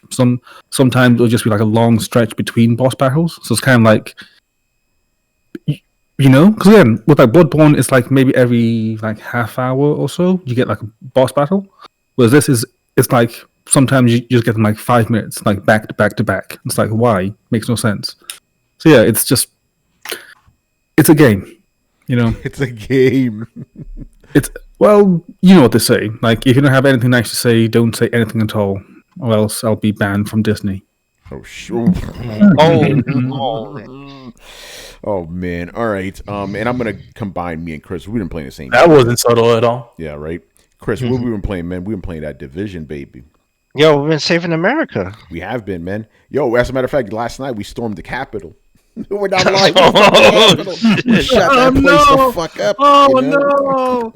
Oh man. So right now our main goal is hey, listen, the game Raiders. Yeah, that's part of the game. You gotta storm the Capitol and kill all the motherfuckers in there. That's how it is. But yeah, so we're trying to get the platinum because we're at that point where like we want to just end this game, just have it in our past. So we're getting the platinum. I think Adam only has one more trophy to go, but Chris and I have a couple more, and it's been fun, man. Playing Division 2 is like riding a bike. It's like, all right, this feels comfortable, although there's some weirdity with the PS5 version. If you guys saw Digital Foundry's breakdown, it's missing volumetric like fucking fog and all this other shit, and it's also another game where it looks better on Xbox, but runs better on PlayStation. This is not a coincidence anymore. This is like the 5th game in a row that does this type of shit, Kind of interesting, but it's been fun. It looks great. Despite all that, looks great at 4K, running at 60 frames and shit. That was the impetus for us playing. I'm like, yo, they updated shit. Let's fucking go. And it's like, yo, we should get the plat and just really finish this game. So I've been having fun, with the fellas, talking a lot of shit, which is always fun playing with Fergus Mills. He's like our fucking MVP, with his heels and shit. That's been dope. And then we're playing with my cousin, the voice of God, as we call him. It's been good, man. So what's it been like for you getting back into the Division? Because you've been doing some other shit. Like you go hard. You've been doing this something on your own sometimes and shit. Your level's like 90 now, some crazy fucking level. Well, Adam got me down the rabbit hole, so I've been watching these videos. This one guy talked about getting this SMG where you get 1 million critical damage from it. I was watching this guy mow down motherfuckers. He just took a shield and this one gun, and he was just killing dudes left and right. Wow. I'm like, how do you do that? So I'm like playing with builds, and Fergus showed me some stuff. He adjusted my skill damage. It's like trying different builds, and it gets deep. Like it's too much. It's too much. Make it. Yeah, but I've been having fun. And that's the only game I've been playing. What about you? I dabbled in Scott Pilgrim a little bit here and there. I will go back and finish it. By the way, I haven't finished a single game this year. No games whatsoever. What's wrong with you? Yeah, right. That's how it usually is. But it's funny because I've seen some dudes on Twitter like I beat 20 games. I'm like, motherfucker, it's only February. But yeah, are they journalists or are they just enthusiasts? No, regular gamers. Yeah, game journalists don't finish games, man. Did you just bail on Valhalla? I got the platinum. Oh, that's right, Brett. I finished it. That's right. I did finish that this year. There you go. Yeah. I finished Valhalla. I got the platinum. You could see it. That's a big fucking achievement, man. Yeah, I got the platinum in that boy. And that game is not. It's not okay. I got the platinum in Odyssey because it was faster to get that than to get 100% in this game. You need to get 100% to get the platinum. So I was stuck either way, you know. And it's funny, Brett, because I beat the game. I'm like, I'm fucking done with this shit. I'm done. It's just too fucking much. I can't play this anymore. But then I kept coming back. I'm like, I'll get one more trophy. I'll get another one. Get another one. Oh shit, I got the platinum. You know, it just irked me. Game. It's just so much. Yeah, it is a good game. It's a very good game. But yeah, it's if Brett's saying it's too much, you know that shit is real.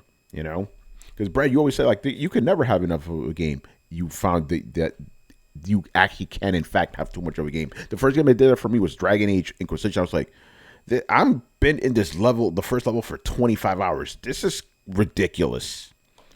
Oh man, no, but Valhalla makes fucking Dragon Age Inquisition seem like a short fucking indie game in comparison, though. You know. Yep. So which one's longer? Is it Red Dead or is it Valhalla? Valhalla's longer. Here's the thing. Actually, you know what? Because I've played Red Dead as many hours as Valhalla, but I didn't feel that fatigue. You know.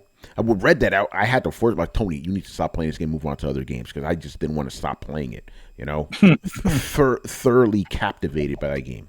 You know, and I didn't even get the platinum in that. I know why. Oh, what is that? Valhalla, it doesn't give you an actual free choice. It's like, here's 6 different things that you can do. But like Red Dead, it let these things happen organically. Yeah. You didn't, choose a path and then go down it. You're like, all right, I'm going to ride around, do some hunting. Then I found this guy who needed help. Turned out to be a bandit. They all tried to shoot me and I murdered all of them. Somebody saw it and they tried to report to the police. So I ended up murdering that whole village. Like it just kind of organically builds on itself. Whereas Valhalla is just, you have freedom of choice of these 6 different things. You're like, yes. I didn't think about it. You're right. It's like when I'm playing Valhalla, it's when if I'm going down the road, I know what I'm going to run into eventually, right? I know nothing. There's no surprises. Red Dead, I don't know what I'm going to meet. It's different all the time. I think you might be right about that. It's like you have choices, but they're always the same 6 choices over and over and over again.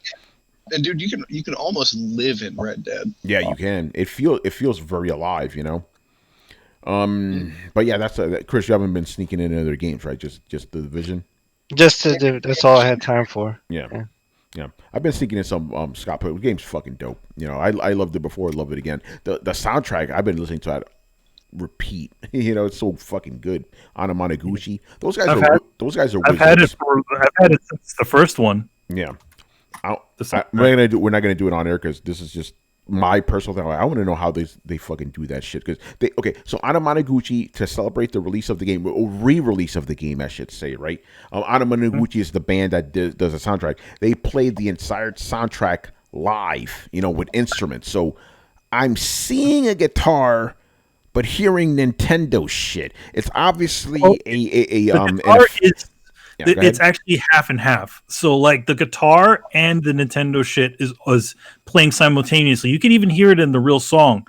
All the stuff that sounds like guitar, like the behind the actual video game noise is the guitar noise too. So it's both of them mixed together. Yeah. So I know that they're using an effect, like an effects pedal for that, right? Because you could hear, sliding up and down, like, okay, they're actually playing live, but I'm like, but it's just weird. Like my brain can't make the connection. I'm like, I'm seeing a guitar, but I'm hearing Nintendo sounds coming out of this guitar. It's so crazy, It's not coming out of the guitar actually, or the amplifier. Actually, if we're going to be technical, there is not.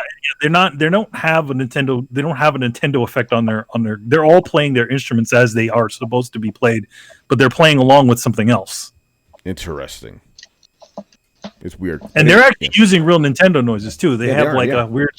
They have this weird hacked Nintendo thing that they sort of create all these sort of 8-bit noises with. I need somebody to. Oh wait, damn it! I just realized I was gonna say the dumbest thing right now. I was gonna be. It wouldn't be the first time. Yeah, hey motherfucker! I was gonna be like, yo, it would be so cool if some site or a gaming journalist actually interviewed him. Like, wait, Tony, you're a gaming journalist. I have an idea. You already know, man. All right, people, we're gonna wrap this thing up because I don't think we're playing any more games. We're done. Fuck video games, man.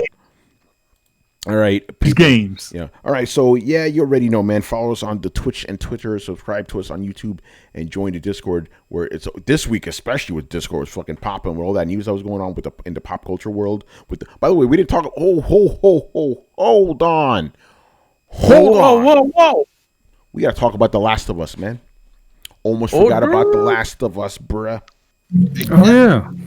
Okay, so if you guys didn't know, by the way, thank you for Discord chat popping. So we know who Joel and Ellie will be in The Last of Us show. So yeah, there were rumors running around that I forgot the guy's name, Cottonmouth from fucking Luke Cage. Mahershala Ali. Yeah, that he was gonna play him, and people were like, "What the fuck?" But that was just he was asked, but I guess he said no. But officially now, Joel's gonna be played by Pedro, right? Pascal. What's his name again? Mandalorian. But what's his name in the Game of Thrones? Because they got 2 Game of Thrones. Fucking. Oh my God! You see the what Viper? I'm saying? The Viper. The Viper, or the guy who got his eyes poked out. Yeah, Mandalorian. So they got Mando to play Joel, and they got Lyanna Mormont to play Ellie. And I just saw people go, "Yo, she's too young." Like, she grew. You know that, right? She's actually the age Ellie's supposed to be in the first. She took a giant on, man. Come on. Yeah, exactly. So pretty interesting. I already, I talked about this in the Discord. I'm not gonna watch the show because I already watched 7 seasons of the The Walking Dead. I'm like, I'm done. I'm good. I don't need to watch any more of this. You know what I'm saying? I'm like, Dead thing. And here's the thing about The Last of Us. I tolerated the first game at most. And I was like, okay, this is good despite the fact that the zombie story. And The Last of Us 2, let's just be real here, it was just an extended episode of The Walking Dead. I'm like, I'm done with this franchise. I hope it does well. Don't get me wrong. I'm not hating on it. But me personally, I'm good. I've watched too much Walking Dead. I'm tired of zombies, so I'm good. But what do you guys think about the casting? Carlos, I'll go to you because it's your, into this shit. Into The Last of Us, or into TV watching, movie watching, all that shit. Oh, okay. I like the casting. I think it was pretty good. Although, it'll be interesting to see who plays the daughter and stuff too, the real one. And also, I guess the important thing is how closely knitted is this going to be with the video game? Because for me, watching the game all over again doesn't really sound as pleasing as for a lot of other fans that are talking about like, oh shit, they're making the Last of Us show, and it's cool and everything, but I'm like, is it going to be the same exact story? Because if it is, then there's nothing new to the table. So I hope for the show they add a couple of elements that didn't exist, maybe some new characters that weren't in the game that they could flesh out. Maybe they'll have what's her face last a little longer. What was her name? Oh, from Tess. Yeah, Brian's girl. Yeah. Maybe. Yeah. My thing is, I was thinking about this morning. I'm like, how are they gonna make the I'm gonna call them zombies. I don't give a fuck. How are they gonna make the zombies, the clickers, not corny, right? Because I remember when I played the first game. Because the game is very super cinematic, right? You're in it like, oh, this world's all fucked up and crazy. And then when that big giant monster clicker came out, I was like, oh yeah, that's right, I'm playing a video game. It was so fucking video game. Like, think about it. Like, this is a world where like the whole world's infected by this virus and shit. This thing's literally throwing the virus at you and you don't get infected by it. So it just threw me out. I'm like, so how is that going to work in like how are you going to make those things terrifying and not stupid? Like, oh, look how many variations of clickers we have in this world. Kind of corny, I don't know how that's going to work in the world, in the show. It's not only that, but like even like in The Last of Us Part 2, there are enemies that are like freaking Mr. X, Yeah. Like that kind of style of enemies. And it's like, I don't know how hardcore the clickers or the variants of the clickers are going to be because, the clickers are... if it's going to be a traditional zombie movie, this isn't it. Like, I mean, like in terms of the actual zombies. Yeah. Because they're weird looking. They run. There's some that are freaking like 500 pounds and look like they're about to explode. Yeah, but it won't be about the clickers. I don't think they're going to have the big variance. I mean, if you think about the thematics of the show, like, what are the main elements? Well, you got zombies, which has been played out. Of course, they want to beat a dead horse on that. Well, what's the variation on that? The spores. It's a pandemic-y type thing. And, of course, in today's world, everybody's wanting to jump on that theme as well. So I bet you they'll focus a lot on, like, bad air and the threat of just clickers as a way to tell human-based stories or whatever, like personal narrative stories like Walking Dead did. Walking Dead wasn't really about, like, the zombies. It kind of was, but they just showed them in a horde. I don't think that they're going to show different types of clickers. I think they're really more going to focus on the infectious nature of it, not just being bitten, but breathing that air. Joel's gonna be running around with 2 masks and shit, Mask up, Ellie. Put your mask on. No, I'm telling you, it's gonna be a manufactured dramatic moment every time they have to mask up. I'm like, oh my god, are there spores here? Quick, everybody get out and mask up. It's gonna be situational danger more than I think. There's a giant monstrous 800-pound. I mean, that might be like the finale of season 2 or something like that. But I don't think. But it's really tough to. No, go ahead. I'm sorry. It's really tough to educate people who don't play video games about different types of enemies. That's what I'm saying. That's exactly what I'm saying. It's going to be really jarring where, you have this big dramatic show and all of a sudden a 500-pound fat zombie just shows up hurling spores. I don't think that'll be it. If it shows up at all, which I doubt it will, it'll be one of those, like, we need to invest in invade a nest of clickers. And when they get to the end, they find, like, the giant slumbering 500-pound thing. And then season finale. Yeah, but then they got to deal with it on the second season. And then they're gonna have to escalate. It's like, okay, we got the 500-pound version. Now we got to get this other version. The Shrieker version and shit. It's like, yeah, but again, it's not about them. It's about the stories that the people go through. It's like in The Last of Us. It's the whole pregnancy story, right? It wasn't about clickers. It was about escorting the pregnant chick. Last of Us or Walking Dead? What's that? Last of Us or Walking Dead? Last of Us. Okay. Or The Last of Us. Wait, who's the pregnant chick? Yeah, who's the pregnant chick in The Last of Us? The Last of Us 2? Well, yeah, but who's the pregnant chick? Whatever you're referring to, who's the pregnant? I don't remember that. I don't remember that. The Last of Us 2, the chick that you're going through most of the game with as Ellie. Yeah. You're talking about one that, like, she was like barely a character. Like he's talking about. That's what I'm saying. Those are the type Careful of of spoilers of 2, by the way. Just chill. That's why I'm not saying anything beyond that. Okay. I'm not saying. That's why I want to tell you who it is, but that's all I can say. You're gonna have a lot of stories like that. It's the in between stories. It's gonna be just more of The Walking Dead. Yeah, I don't know. It's interpersonal drama with some zombies. Dude, that's what I'm saying. It's going to be a soap opera. It's going to be a soap opera. It's going to be The Walking Dead all over again, Yeah. I'm wondering what Pascal is thinking at this point when he looks at it, he's like, oh man, I got another one of these where I got to wear a mask all the goddamn time. What the hell? He's like, you better get me a see-through mask. By the way, Tony, the answer is Dorian Martell. Oh, there you go. Dorian Martell. There you go. The Viper. There you go. So it's just kind of funny. Like, the 2 leads are both from fucking Game of Thrones. And it's funny because people also, they wanted Jamie Lannister to play Joel. Yeah, that would have been good. The actor who plays him. That would have been a good choice too. Yeah, that would have worked. Yeah. But yeah, Carlos, besides you, was anybody excited for this? I'm not. I'm like, I'm done. No, I'm not. I'm done. No, wait, all the fun of The Last of Us without actually having to play a video game? Count me out. That's what I'm thinking. I'm like, you already had the best way to experience a narrative story. You played the fucking game. Yeah. I want to sit there and watch this shit every week. Get out of here.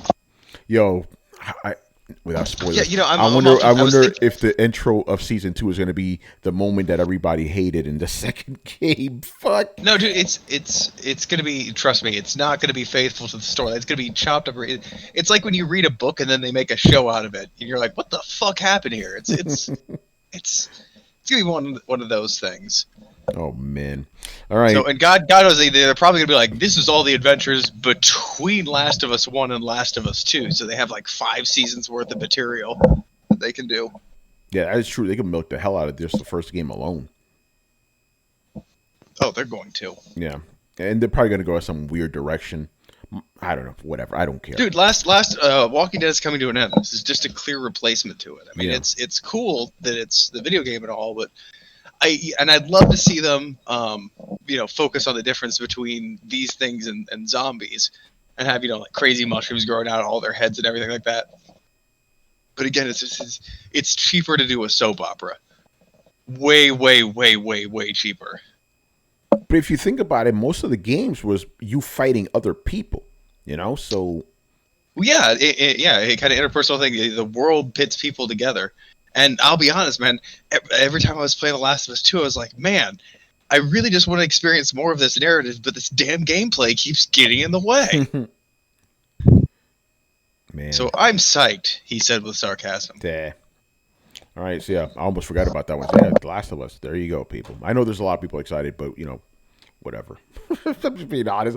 I can't fake excitement. Oh, I can't wait to watch it. It's going to be amazing, guys. Nah, I'm good. It could be awesome. It could be, but I don't care. It could be, I don't care. If they did their own thing, I'm not saying it's going to be. I'm just saying that in the right hands with the right mindset, it could be a really interesting vessel for a story. That's not what we're gonna get though. You know what? I'll watch it in 20 years when I'm like okay to watch zombie shit again. Yeah, I'm done, man. Like I watched so many seasons of The Walking Dead. And I watched 2 seasons of the spinoff, the one on the boat. I was like, I'm good. And it sucks. I used to like zombie movies, but I just got burned out. Too much zombie. Even shit. I'm burned out. Yeah, that's bad, man. So damn, Brett. So you're burned out on zombie movies, and you found a game that's too long. You're becoming like me now, man. Yeah, well, I think I'm discovering some new things, like like the difference between Red Dead and Valhalla. You live in a world, or you're doing quests and little things in a world all the time. Like, I'm still open to survival games, which is why I want to try this new Valheim. Apparently, it's a survival game, but with very, very clear goals. So it doesn't feel like you're just wandering around a world. You always have a next objective. So I'm interested to see why it sold 2 million copies in 2 weeks. Damn, that's impressive. Yeah. Yeah. Unfortunately, you said it's survival, so I'm okay. I'm good. Yeah, I wasn't going to invite you. I'll probably best to the rest of the panel, see if any of them will work with me. The answer is probably no to the viewers, man. but nobody wants to play this shit. Hey, listen, if one of the viewers wants to play with Brett, yeah. We'll pop in and do a Viking survival, build a fucking castle, man. Yeah. By the way, did you see that they're doing Viking DLC for Dying Light? I'm like, people are still playing this game. Brian, check how many people are watching Dying Light right now. But yeah, okay. Wait, what? I'm not Really? making this up. So Dying Light, yes, Dying Light, the game that me, you, and Brett played the hell out of back when it came out, has Viking DLC coming out. I'm like, Would just make the sequel. Yeah, where's that sequel, Where's- man? where's That's what I'm two? saying. That's Yo, right, what the- Techland. Didn't they show that sequel like a while ago? A while ago, man. It's been years. I saw it. I was there at a hands-off thing at E3. It was a half an hour presentation. I saw 30 minutes of the game being played by the developers. It was actually a thing, so Anymore. I don't know. Okay. Brian, what's up? It has 155 viewers on Twitch. Wow. And fucking, so it has more than Anthem and Avengers combined, man. Dying Light is fucking good though, man. See, that's a zombie game I liked. That's a zombie game I liked, Hold on, let's test the system. Hey Brian, how many people are still playing Ark right now? Oh, shit. Ooh, okay. Let me have a look. See, Ark. This is all Steam, by the way. It's not just every platform. It's just Steam. What, playing Ark on Steam or watching it? Watching on Twitch. Twitch. I meant Twitch. Freudian slip. Let's see this shit. We're gonna do a whole show just on this. Survival Evolved or Survival of the Fittest? Survival Evolved. Yeah. Cool. The main game. Oh, what? 8,800 people watching. Mm-hmm. People Whoa, damn. People still playing Ark, bro. Shit. People still playing Everybody Ark. loves I am not surprised by that number whatsoever. Dude, I'm telling you, it's these survival games. these things are going to become part of the way for the future, especially when you can customize your surroundings. Like there's something about building the world that it's mimetic, it's viral. People want to share this shit. Yo, Brett, I was on Reddit and somebody posted like an image from, I don't know what game it was, but it's obviously a survival game. And in front of their fort, a big sign said, "Please don't raid. I work 10-hour shifts." That was awesome. All right, now we're really done, people. So yeah, follow us on all those platforms I mentioned before, and if you're watching us on the YouTubes and you liked the show, make sure you hit like and subscribe and hit that little bell, man, so you keep up with everything. Oh, by the way, promise you guys, next time Tony shakes him up, the video will look better. I figured out what the problem was. It came out dark. Figured out the problem. We're gonna be good now, so stay tuned. And the TD clips on my end are gonna look good too, It's always these little things, man. So, for you guys who are just listening, make sure you follow us on any podcast app. Literally, we're on everything: Spotify, iTunes, Amazon, like you name it. We're on apps I never even heard of. I'm not being facetious. That's just the truth. Throwdown is everywhere, man. And you can also visit throwdownshow.com to listen to past episodes. Links to everything down below. Once again, our show is Tony Polanco, and tonight I was joined by Emilio Lopez. See you later, guys, and don't forget to pick up Future State Wonder Woman #2, which is coming out really soon, and also Marvel Voices. There you go. We got a new cover by Carter Randolph and I, and pretty much colored like half of this book. Nice. So there you go. Good stuff. Chris Seeley. Hey, take care, everyone. Carlos Romero. Hi, take care, everyone. Later, people. Brett Murdoch. And I need to start streaming survival games. Jesus. Man. And Brian Manjoma. Enjoy those games, people. You already know, man. All right, people. We'll see you on Sunday. And EA, please announce the fate of Anthem so we can talk about it by Sunday. Later. Who's coming with me?